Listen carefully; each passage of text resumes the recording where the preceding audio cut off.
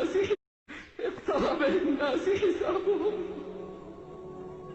وهم في غفلة معرضون. تخيل بارك الله فيك إذا نادى المنادي فلان ابن فلان، فلان ابن فلان، استعد للوقوف بين يدي الله.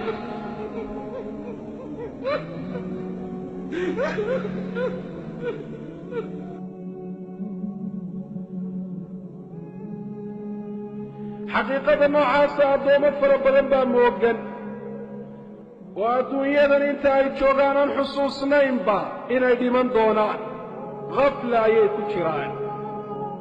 laakiin maalin baa iman doonta ay khatab kaga toosaan gaflada iyo mooganaanta noocaasa.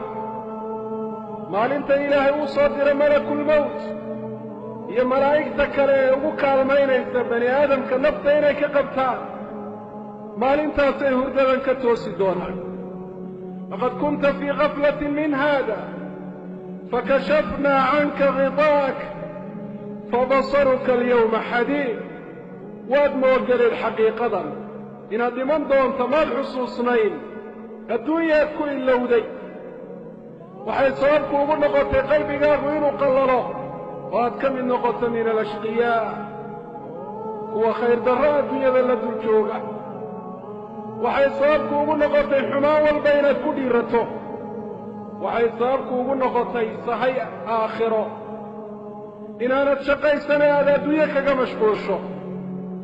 laakiin maanta markii geeridii ay kuu timi, maanta ayaa toosay. markaasaa bani aadamku wuxuu leeyay rabbi irjicuun lacallii acmalu saalixan fiima tarakt kalaa inaha kalimatun huwa qaa'iluhaa wa min waraa'ihim barzakhun إلى يوم يبعثون. إلهي والدنيا دي بيقول لي ويا إنك أيوتوس كان في غفلة وقنان يهرد أيوك الشري. إلهي وحي لي يا الدنيا دي بيقول لي يا بشر فكشفنا عنك غطاءك فبصرك اليوم حديد. ما أنت عندها اللقوف فيدي وضبوك غفلة كاسر لقا قاضي عندها أبوابير وكلا سيد رمبي وحوارك يا رواد أرك في قنطة عماط لكن وحبكوا ترمش.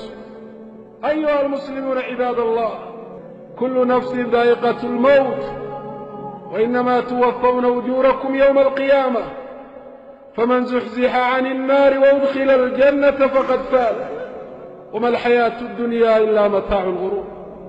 نفوري والجيريد من دولتا كل نفس ذائقة الموت miday geeridu ku qadhaadhaato iyo miday u macaanaato, miday u fududaato iyo mid lagu adkeeyo o lagu ciqaaboba.